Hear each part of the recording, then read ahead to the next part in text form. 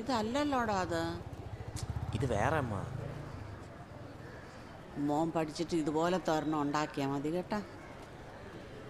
ശരിയമ്മ.